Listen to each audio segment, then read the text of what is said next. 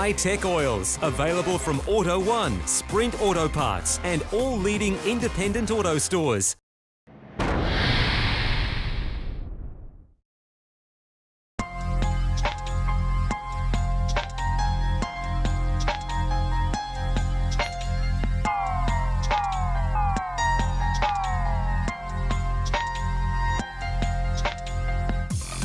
The Australasian Superbike Championship not only showcases the most competitive motorcycle racing in this country, it also showcases the best support racing action.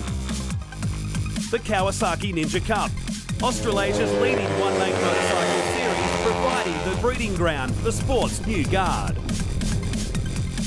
Pro Twins and naked bikes, a melting pot of exotic machines fighting for supremacy. Formula Oz, a modern-day butcher's picnic featuring the best riders matching it against the rising stars of the sport. The venue is Sydney Motorsport Park, and their respective seasons begin right now.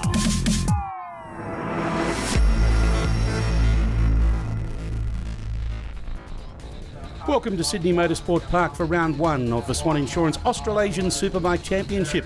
We're about to get underway with 3 races in one of the most exciting categories ever put forward on this great race meeting. It is the Kawasaki 300 Ninja Cup. And Phil Harlem, you've got to say that this category has certainly grown over the last couple of years. Well, especially last year, Lance. The racing was the closest we saw out of any of the categories. The championship went down to thousandths of a second at the end of the year. With the entry list this year, I'm looking forward to much the same, and great 3 races are going to get underway very, very shortly. Well, let's have a look at the highlights of race number 1. It was a fairly even start, and of course getting a good start off the front row there was Luke Burgess of Queensland on his Kawasaki 300 Ninja Cup.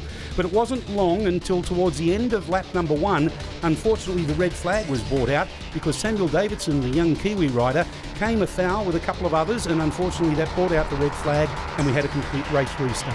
Yeah, just a very, very close incident there. First lap in this class is always going to be very, very close. We got off to a great start once again, and it was Luke Burgess. I don't know what he's been doing, Lance, but I think he's been practicing his starts at the dragway, because every race so far this weekend he's been lightning off the line. Young Ryan Masri was up there at the front of the pack as well. So too were a couple of the other key contenders. Tony Jones and Jack Dawes, they were also in the fray of it all, and some great battles ensued throughout the entire 6-lap journey. It's a great battle here between the 2 Queenslanders at the front, Mick Cavney and also Jason Martin on board the Cube racing machine. But back at the front, as you said, Lance, it was Tony Jones on 312 and also Jack Dawes, our leading under-20 rider on bike 315. Yes, this battle for second and third place ensued throughout the entire 6-lap journey. It was thrilling, it was exciting, and as they headed down towards the end of the race, it was all about Luke Burgess, who took it out in fine style. Tony Jones in second and Jack Dawes in third. Yeah, no, it was real good ride. I had to get a good start and try and stay away from the carnage, so I'm glad I did, and I just had to get in early and push some laps out, and managed to get a lead where I didn't have to worry about getting slipstreams, which is key for this track on these little bikes.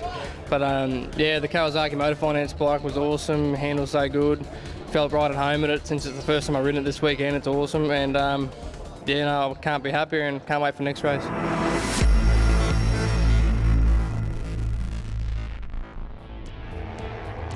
And so it is that we move on to race number 2 of the Kawasaki 300 Ninja Cup, the first round of the Swann Insurance Australasian Superbike Championship, coming to you from the home of motorsport in Sydney, Sydney Motorsport Park. It was scheduled to be 6 laps, Phil Harlem, but because of a delay in some of the previous races throughout the day, it's been reduced down to 5. Yeah, Ryan Masri having a fantastic weekend. Stuart Green, Mitch Cavney all back there on the second row of the grid. We're looking back there, we can even see Mitch Cavney on the 375 machine. Also Ryan Masri on that very bright day-glow orange bike. He's not hard to pick out, Lance. Stuart Green got a great start from off the second row of the grid there as everybody headed down towards turn number 1 at the end of the Swann Insurance main straight. As we said, reduced from 6 laps to 5 laps. So on their opening lap, we're on board with Luke Burgess looking back from the Kawasaki Motors Finance Kawasaki Ninja 300 as he heads down into turn 2 and 3, Iphone corner.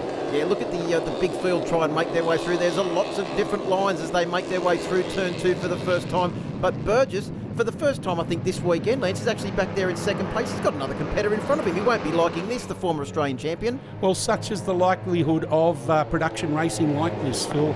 Of course, you have a lot of commonality with the bikes, and therefore it takes them a lap or two to be able to sort themselves out.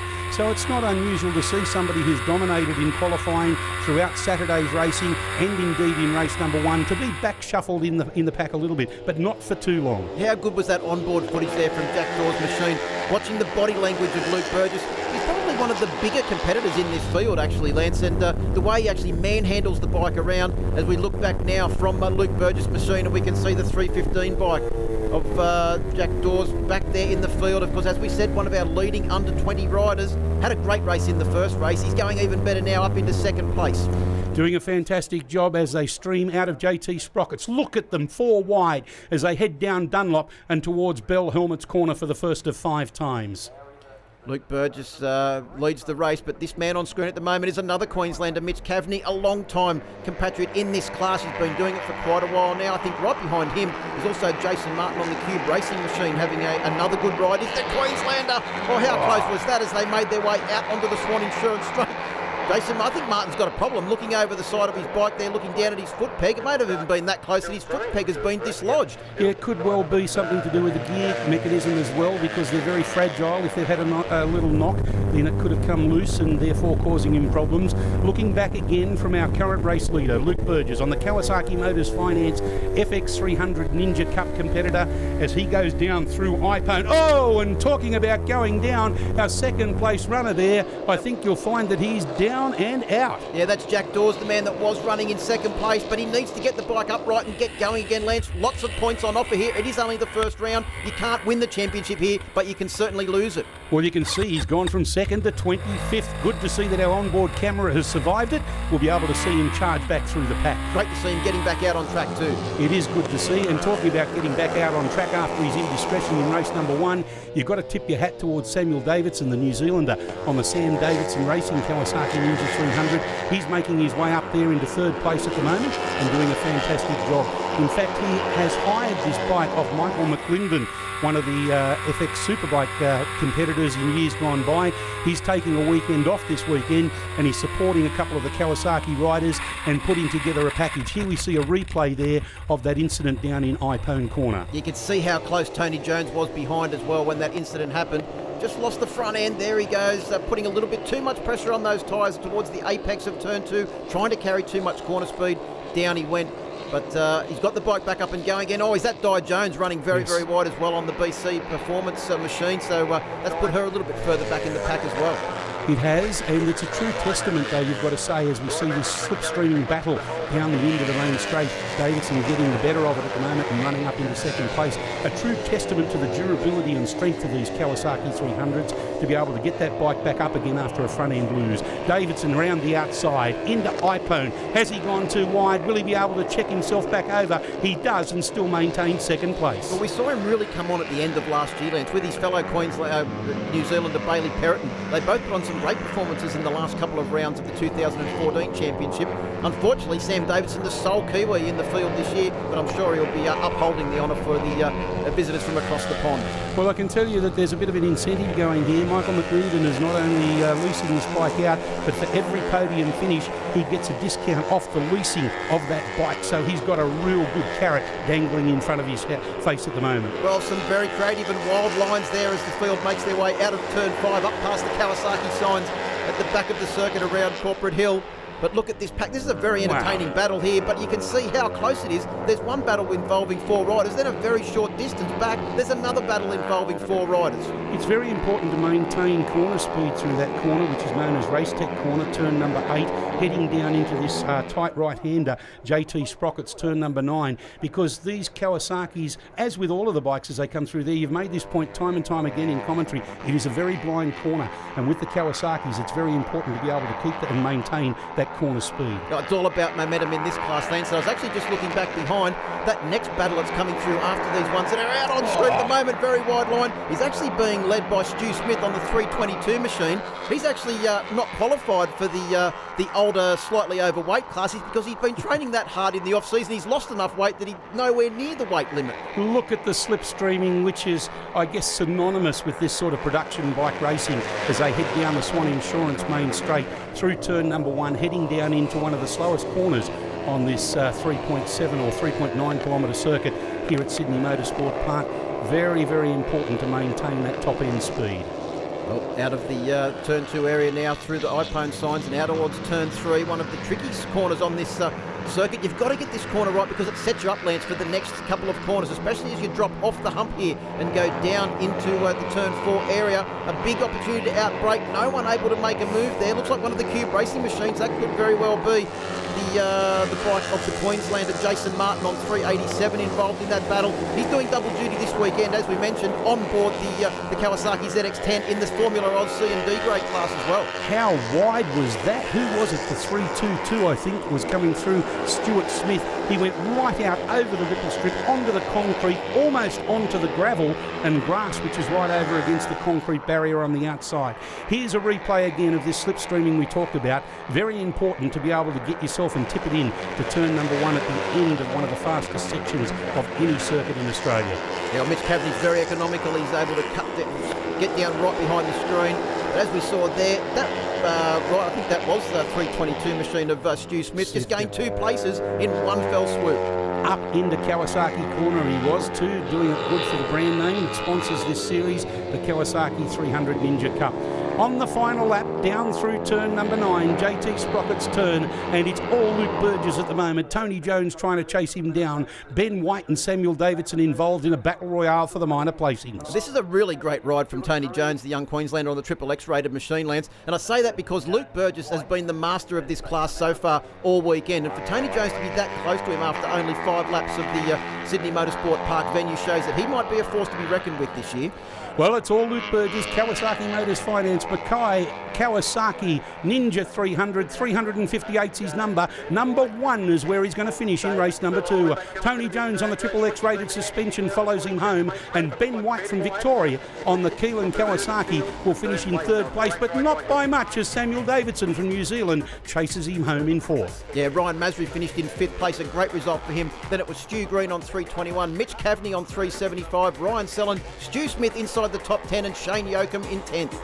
Yeah, it was another great ride on the Kawasaki Motor Finance bike. Had a bit of a moment in turn 1, but caught back up and got a lead, and that's what you need on these things. And yeah, can't wait for next race, but just got to play it smart now.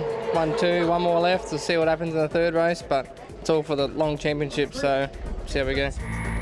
Well, with 2 victories to his credit, Luke Burgess on the Kawasaki Motors Finance Mackay Kawasaki is looking to make it a trifecta, 3 from 3, or a hat-trick, whichever way you want to look at it. He wants that 3rd victory. But one man that I've been very impressed with, Phil, is the S on the right-hand side of the screen there. Young Samuel Davidson from New Zealand. Yeah, I think, as we said, he really showed at the end of last year what he's capable of. And no surprise to see him going so well this year. The one that's actually really surprised me this weekend has been Ryan Masry on board 307. He's been riding much faster than what he was last year. I think it's going to be a good year for the man from Western Sydney. Yes, the Aitkins Bike and Power Fast Track Comms iPhone entry. Doing a great job. His father, of course, used to race, and this year he's on the sideline in the pits doing a great job as a spanner man. Underway again we go. 5 laps duration. It was scheduled to be 6. Just a reminder that each of the races now have been reduced by 1 lap due to delays earlier on in the program. Down through turn number 1 they go, 4 astern, or 4 wide if you like, as we're on board the Keelan Kawasaki with Ben White, currently in 3rd place, looming up larger than life on the outside in Iphone corner, trying to get that drive about mid-track and up into turn number 3.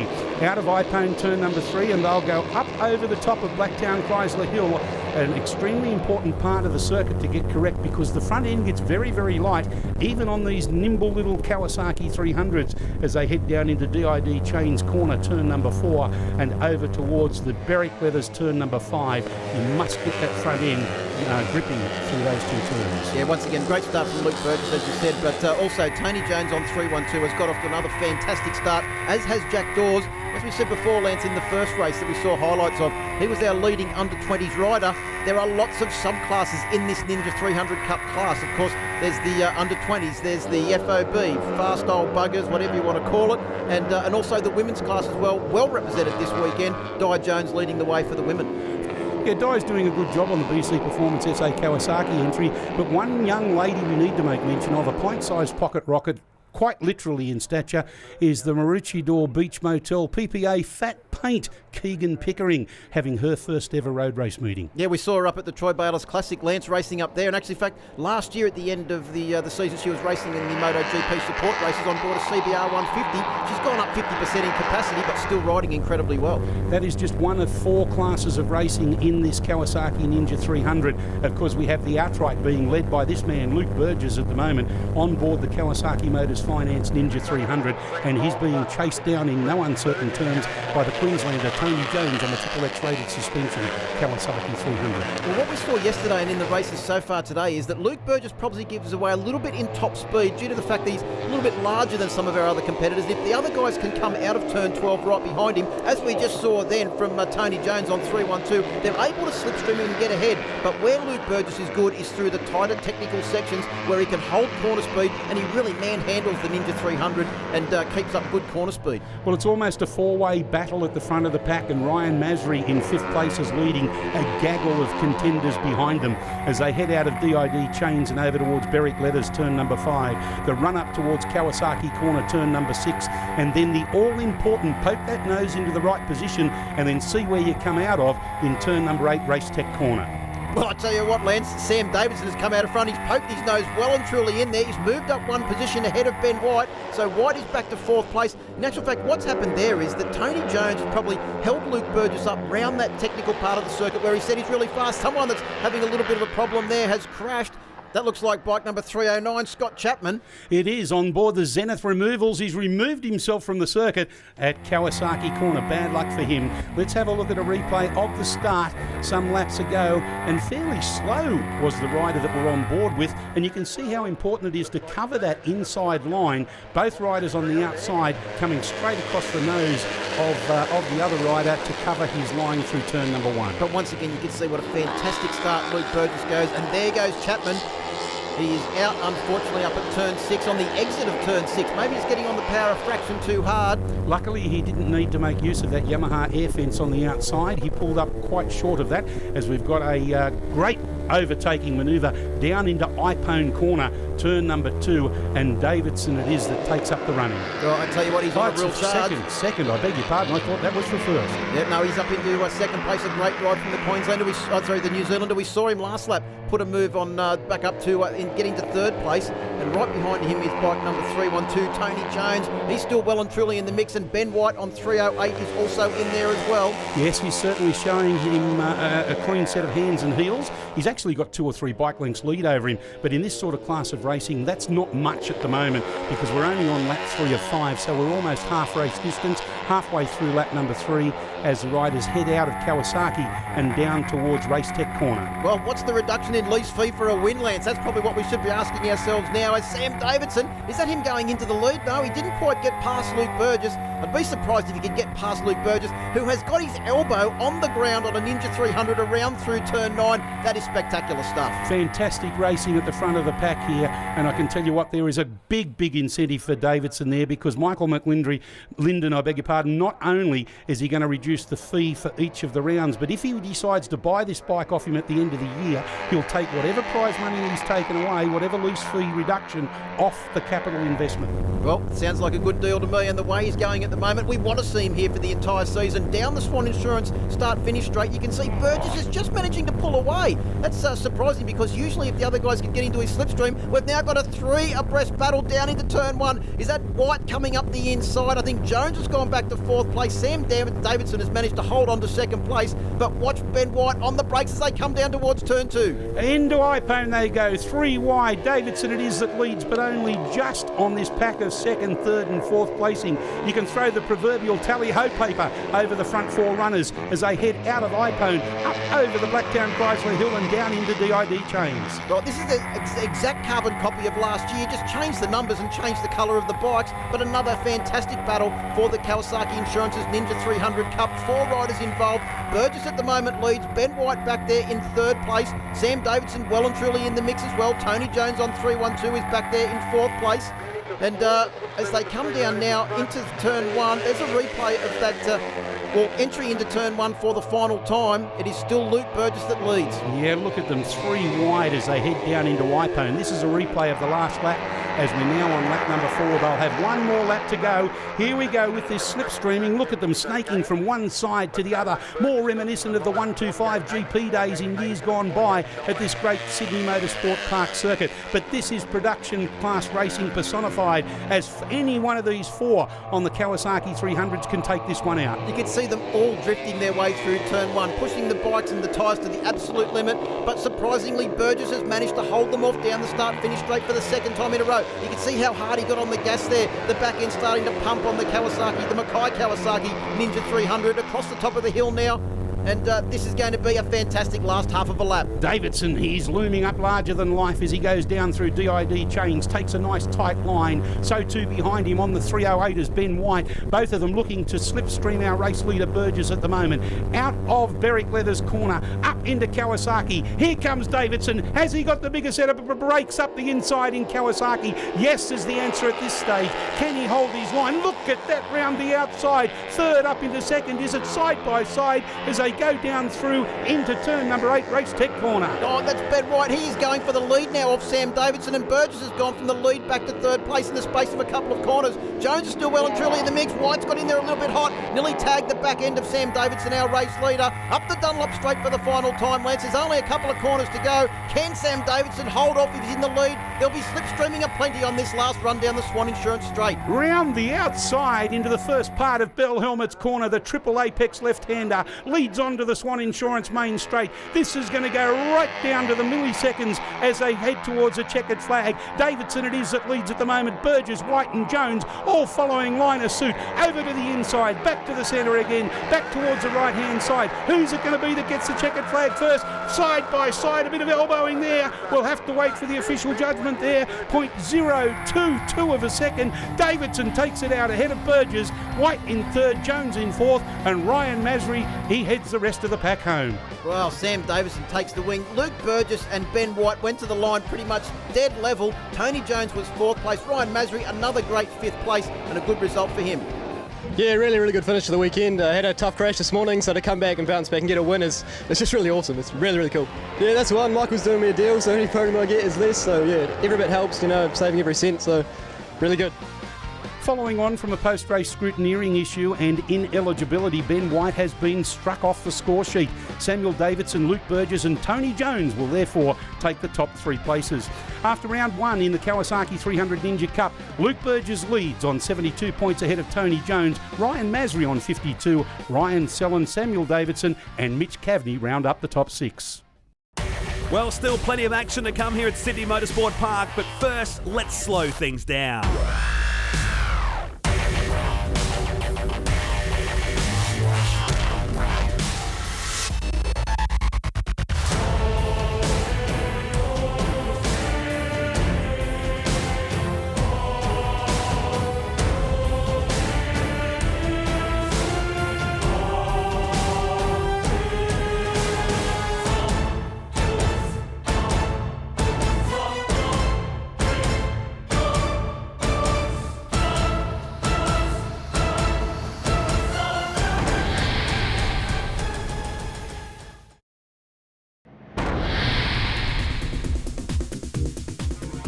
An integral part of the Swann Insurance Australasian Superbike Championship is the Australian Motorcycle News Best Presented Team Award, which returns for every round of the 2015 season.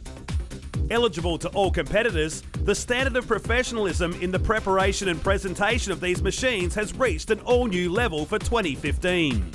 This in turn has made the judges' efforts to pick the best 3 bikes of the round much harder. On Sunday morning, the top 3 consisted of Braden Elliott and Jordan Carlson from Supersports and Bo Beaton from the Pro Twins and Naked Bikes class.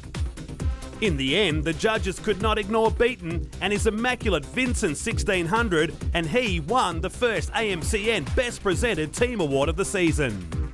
Absolutely, yeah, it's good to win something actually this weekend for starters, and no, it's just an amazing effort what these guys put in, and it's a small appreciation of what they do from ground up, the build they do on these bikes. So to win the Best Presented, it's great. This is a new bike and we're still in development stages, and for the first real official race meeting of this bike, to win the Best Presented, it's an honour.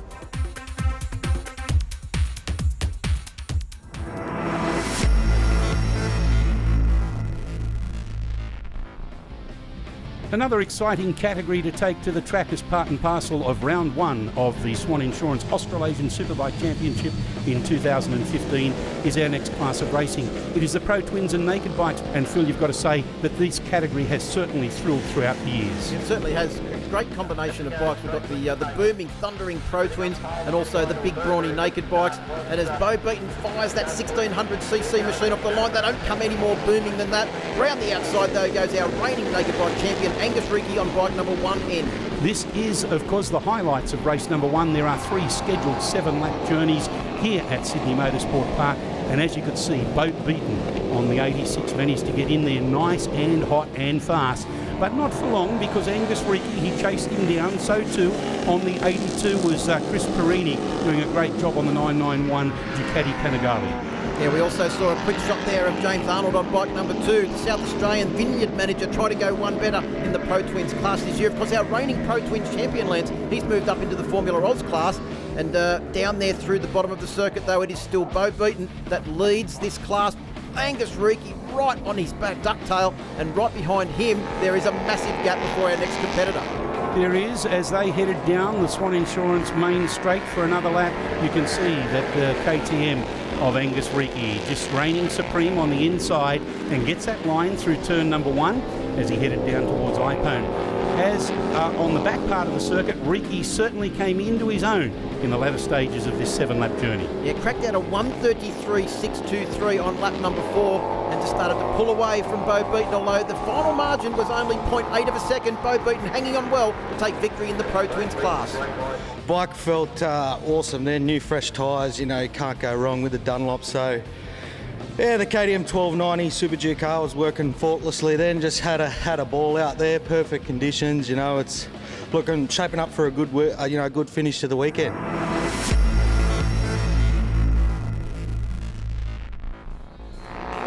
Well, unfortunately, because of delays in the program earlier on, the next 2 races involving the Pro Twins and Naked Bikes have been reduced by 1 lap, and therefore they'll be held over 6 laps instead of 7. Angus Ricky looking to back up his victory in race number 1 on the KTM Super Duke, and Bo Beaton on board his Vincent 1600 will be looking to take first place off him. Darren Jones and Mario Gonzalez are the front runners on the front row of the grid. Michael McMillan, the sole Aprilia, on the second row of the grid, with Chris Perini, James Arnold and Sophie Lovett all Ducati mounted. Yes, McMillan doing a great job to be able to get down here for the entire weekend this weekend. I know that his criminal law business in Queensland keeps him very busy, and on occasions he's not been able to make the Friday or Saturday program in 2014, but it's great to see him here. Bo Beaton and that thundering Vincent takes the whole shot in turn 1 for the first time. Yeah, he certainly got the launches down pat. I tell you, who also got a fantastic launch off the line was Darren Jones on bike number 37. There he is on the all-black Ducati 848. He's in 4th place as they make their way down through turn 1. Looks like James Arnold was right up there as well on board his Panigale. Oh, the Estate Masters Ducati there getting blocked by the Aprilia of Mario Gonzalez as they headed out of turn number 2 into turn 3, up over the Blacktown Chrysler Hill and down into DID chains for the first of 6 laps. There goes Mario Gonzalez. Can't get used to him riding with bike number 4, Lance. He was always bike number 3. Mario Gonzalez on the washed out blue Aprilia.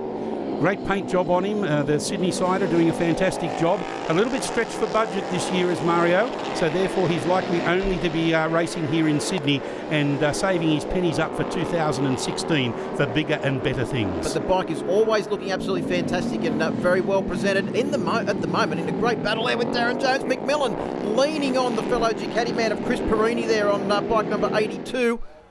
I say fellow Ducati man, but fellow Italian rider, I should say, because Michael McMillan, as we know, is Aprilia mounted. And he is a relatively large fella, but he makes that Aprilia RSV4 look like an absolute mini bike.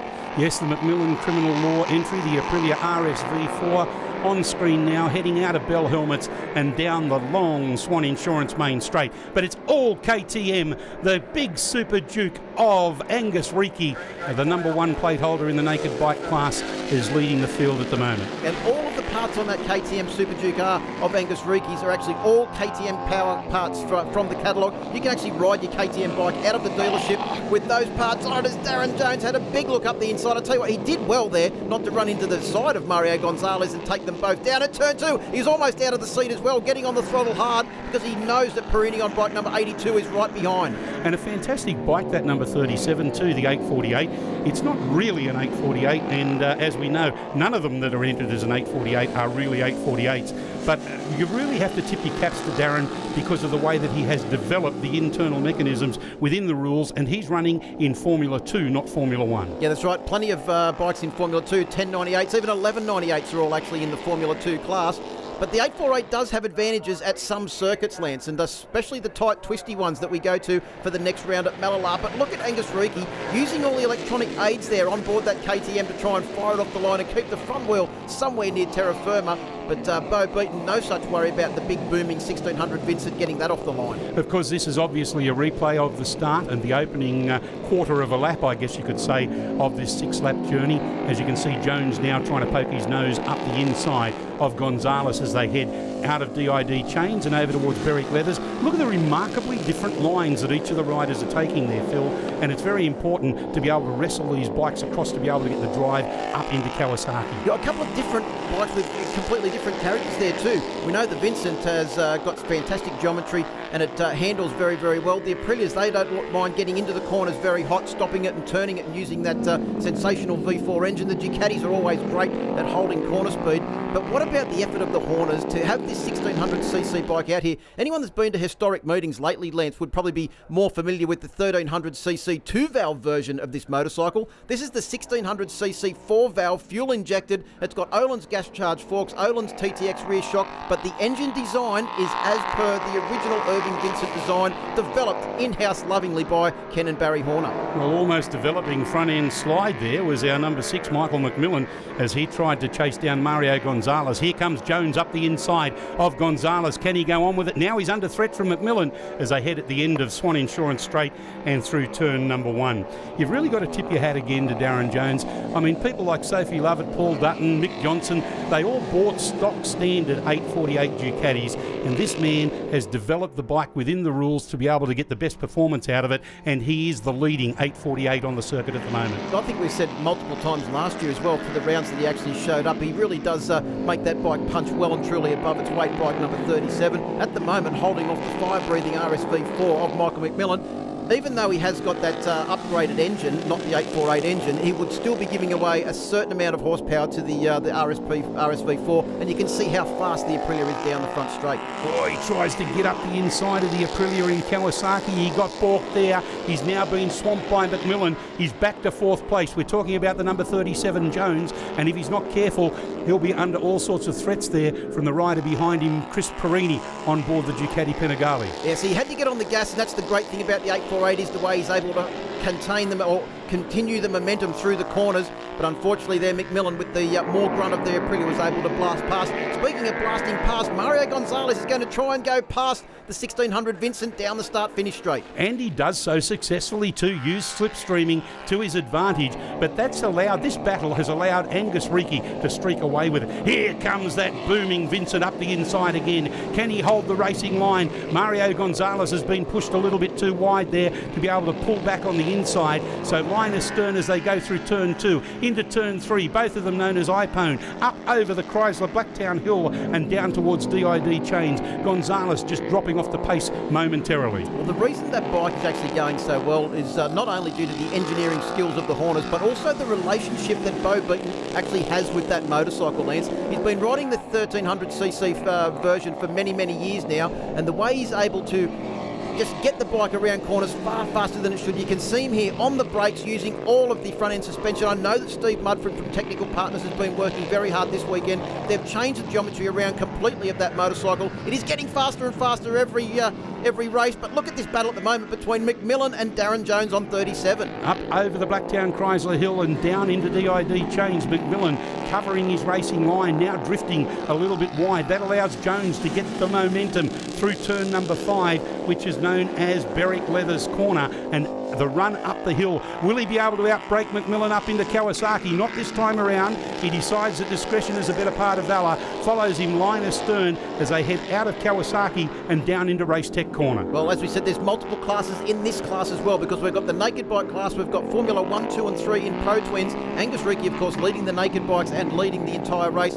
Bo Beaton will take, if he stays there, will take victory in the Pro Twins Formula 1. And Darren Jones, regardless of where he finishes in that group of riders that he's in, will take victory in the Pro Twins Formula 2. And of course we've got the naked bikes Formula 2 and Formula 3 a little bit further back in the field.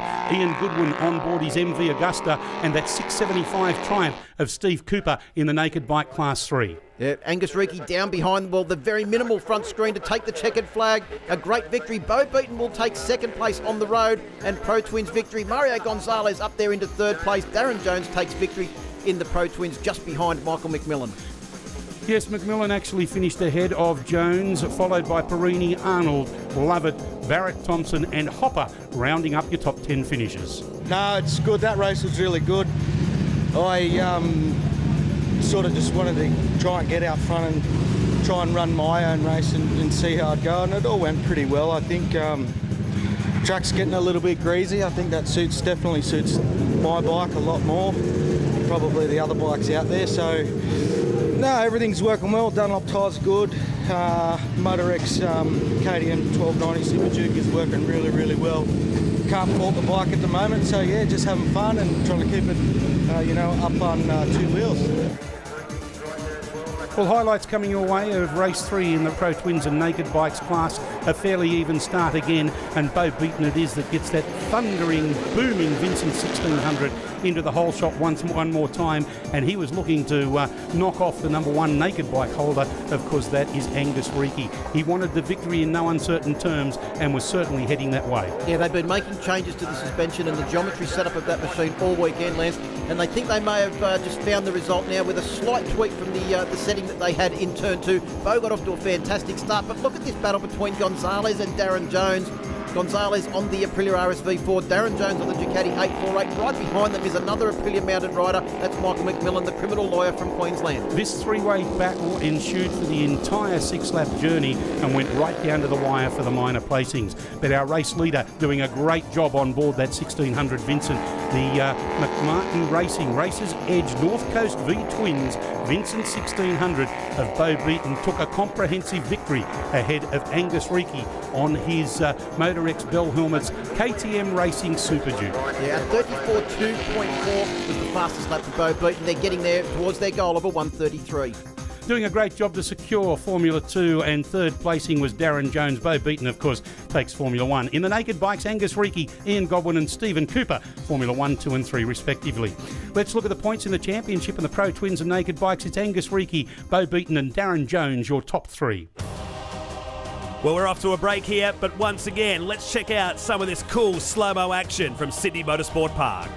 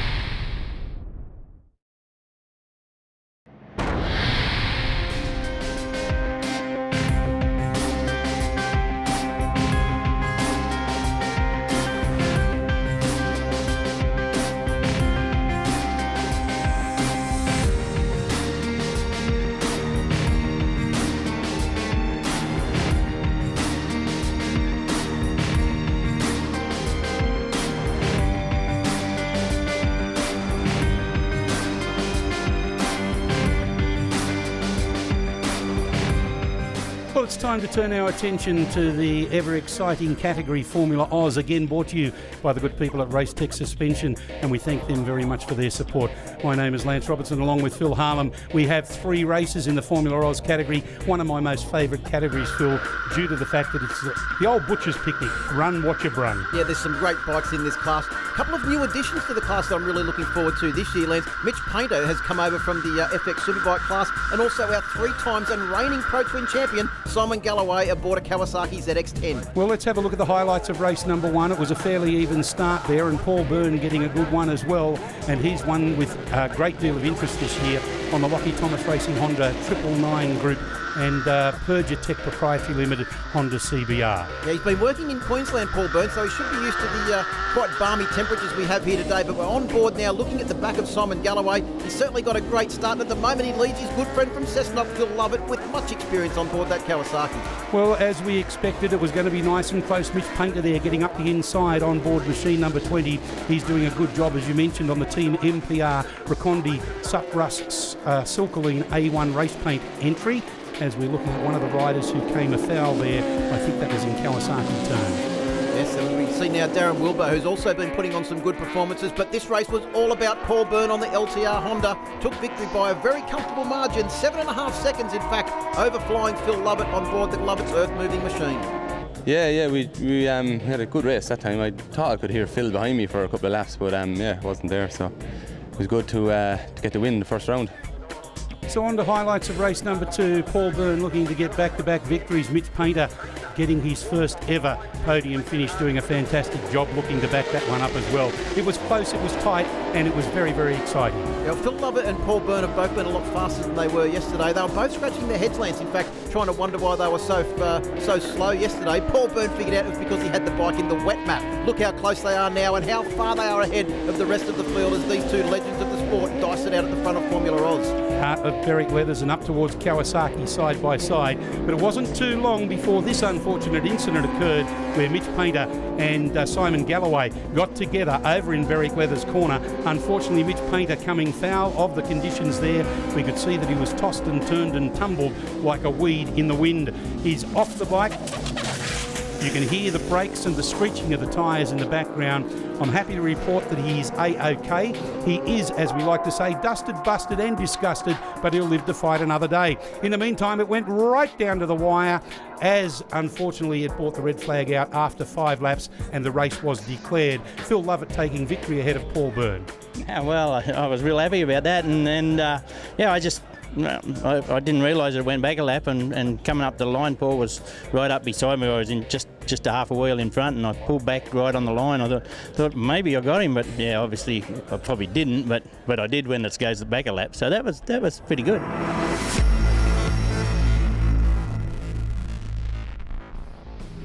With a race win apiece to Phil Lovett and Paul Byrne, it was going to go down to the wire in race number 3 of the Racetech Suspension Formula Oz class. Riders making their way down to the start line. Phil Harlem, who's your money on? Well, if anything is, yesterday's anything to go by, Lance, I'd say that Paul Byrne's going to come back and take victory, because yesterday we saw them one apiece going into the final round as well. And unfortunately for Phil Lovett, Paul Byrne was just a little bit too good, but he was fantastic in that second race, was Phil Lovett on board the Cessnock Motorcycles KTM machine. Don't discount Darren Wilbur or Simon Galloway, also on the front row of the grid, or any one of these riders. Unfortunately, Mitch Painter will not be taking any part in the race meeting for the rest of the day due to that incident in race number 2. And we mentioned Simon Galloway, who was also involved in that incident. He's been getting faster and faster all weekend. I think he's knocked something like 5 seconds off his time from Friday to here we are on Sunday afternoon on his first outing on board that Kawasaki ZX-10. Great vision there on board Phil Lovett, Cessnock Motorcycles Kawasaki. He got a slow start, and it was indeed the 14 of Darren Wilbur that got the early hole shot down at the end of the Swann Insurance straight and into turn number 1. He's been flying under the radar somewhat this weekend. He's been right up there in all of the races so far, but a great start in the final race of the day. He's in second place as they go through turn 2 for the first time. Phil Lovett will have to try and get past early if he's going to go with Paul Byrne on the LTR Honda bike number 52. Out of Ipone Oil's turn and up over the Blacktown Chrysler Hill Down into DID chains, it's all Paul Byrne at the moment, with Darren Wilbo being followed there by Phil Lovett. We're on board with him now as he cheekily pokes his nose up the inside, almost gets it swiped as he exits Berwick Leathers corner and up towards Kawasaki turn 6. I think that's what we call having the door well and truly slammed in your face. Darren Wilbo there certainly paying no respect to the legend of Australian racing that is Phil Lovett, of course, multiple winner of the Fink Desert Race, multiple Australian Enduro champion, and also has a Naked Bike and a Pro Twins championship to his name as well. Back in fourth placing, I think it is, Simon Galloway doing a great job swapping bikes this year, going off the KTM into the Kawasaki as some of the riders getting a little bit too close for comfort down in JT Sprocket's turn there, just getting back to that point that I was making, and it is Simon Galloway on the SBS Dunlop DNA Air Filters Kawasaki ZX10R this year, as opposed to that KTM that he had been racing over the last three race years. Yeah, Phil Lovett gave him some helpful advice on Friday, and that was that you need to rev it over 8,500 RPM because the Kawasaki engine characteristics just a little bit different to the KTM that he was riding for the last couple of years. But look at the speed of Darren Wilbo's Yamaha bike number 14. Phil Lovett on that very long-legged Kawasaki was only just able to eke his way past at the end of the Swann Insurance Straight. And he's made that Kawasaki very wide, heading down into Ipone. He's now about mid-track as opposed to being over on the apex. But that seems to give Phil the best drive out of Ipone 2 into Ipone 3 and up over the Blacktown Chrysler Hill. Yeah, Damien Sutton now right onto the back of the very well-presented machine of Simon Galloway. Here's a replay of the start. You can see Darren Wilbo has just blasted off the line using the low-down torque of the Yamaha YZF R1. That's the previous model, not the new M model that the Yamaha racing team are racing here this weekend. Brett Kitchen on board the BMW bike number 55 also got a great start. Paul Byrne did his normal standard procedure, getting a good start, but I noticed on that first replay over on the extreme inside, the right-hand side of the screen, Simon Galloway still getting used to the starting procedures on the Kawasaki. Here we can see Paul Byrne. He led the field down into turn number 1. Here's Galloway now under a bit of pressure from Damien Sutton on the Keelan Kawasaki White's Racing Products ZX10R. Side by side through Bell Helmet. Not much room there. Galloway forcing him wide, so he cuts to the inside, gets the drive out of Bell Helmet and down Swann Insurance Main Straight. Yeah, a fair bit of experience there between those two riders. Of course, Simon Galloway from the Cessnock region, Damien Sutton from Western Sydney. The next rider through is Sophie Lovett on board bike number 21, doing double duty in the Pro Twins class as well as Formula Oz here this weekend, Lance. Bit of a breeze, cooling conditions off later in the afternoon here. Wow, somebody going extremely wide there. Phil Lovett in the meantime, though, he's quite comfortable back there in second place at the moment. Paul Byrne, it is the likeable ex-Irishman, now Aussie through and through, as we see this replay of Phil Lovett getting up the inside of Darren Wilbo at the end of the Swann Insurance Main Straight. Yeah, that was a good move there from Phil, getting the drive down into turn 1. But the one thing that continues to amaze me about Phil Lovett is how good he is on the brakes. Speaking to his crew chief, Al Samuels, he said he puts so much pressure on the front end of the motorcycle when he's braking, and at the moment he's breaking the back of the Darren Wilbo, Brett Kitchen battle. He's really got away from these two as the Yamaha R1 of Wilbo and the BMW S1000RR of Kitchen have a great battle there for 3rd and 4th place. Yeah, Kitchen is really bitching on the Enterprise 55, accountabilit.com.au BMW, as he tries to get up past Darren Wilbo on his YZF R1. This is the battle for the minor placings. Whoever secures this one will end up being the 3rd and final podium finisher. It's very close between Phil Lovett and also Paul Byrne at the front of the field for the fastest lap 2. On lap 2, Paul Byrne did a 1:33.23 and Phil Lovett did a 1:33.445. So there's not much in it between the two at the front of the field. There's not much between these two either, Simon Galloway and Damien Sutton. Galloway, first time out on the bike this weekend.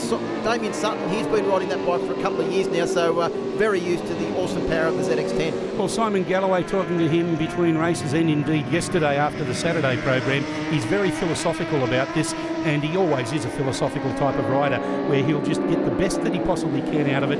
He'll just inch his way towards the front of the pack. He knows that he can't expect to do it in leaps and bounds, and he's just got to learn how to manhandle this Kawasaki differently to the way that he used to ride the KTM in the previous 3 years. If he looks back at his his results, if he manages to maintain that position, he's going to say, I'll be pretty happy with that result at the end of this weekend. He's had a great weekend, not only in today's racing, but also in the races yesterday, getting faster and faster. As I said, he's knocked some 5 seconds off his lap time, and every time he goes out on board that bike, he'll be getting more and more used to it, along with the help of Al Samuels, who's getting him well set up on the bike and making him feel comfortable on it, along with the lady on your screen there, Sophie Lovett. Al Samuels working with Sophie as well. Here's a replay of this battle as they headed out of DID Chains and over towards Berwick Leathers turn number 5. You can see that trying to get up the inside there was Damien Sutton. He was unable to be able to do that and managed to be able to maintain a good close race behind Simon Galloway. This has probably been the star of this race, in fact, because he's held off all challenges as Darren Wilbo to take third position, as Paul Byrne and Phil Lovett have really started to get away at the front. Darren Wilbo's fastest lap of 1:35.2, but it was all about that sensational start that allowed him to take this third position on the road now. He's only got to hold off the BMW of Brett Kitchen for another 3.9 kilometres, Lance. Well, it's all about this man though, Paul Byrne. He was victorious in race 1, runner-up in race number 2. He'll take the points away courtesy of his victory in race 3 if he manages to keep it upright and on the black stuff. He's on his final lap as he heads down into DID Chains towards Berwick Leathers, turn number 5. The likeable ex-Irishman, now Aussie through and through, as we've mentioned, part and parcel very proudly of the Lockie Thomas Racing Honda team. He has the 999 Group stainless steel support along with Pergitech Proprietary Limited. It is the Honda CBR that Lockie Thomas used to race, and he's certainly doing the LTR brand very, very proud. Yeah, as always, lovingly prepared by Peter Ward, and also the help of Big Dave Thomas, who is the team manager. And as he said, he hopefully will do nothing more than take off the tyre warmers, put air in the tyres and make the sandwiches each weekend. I think Dave will take exception to that. He's more than the team manager, he's the owner, and he takes great pride in reminding everybody about that.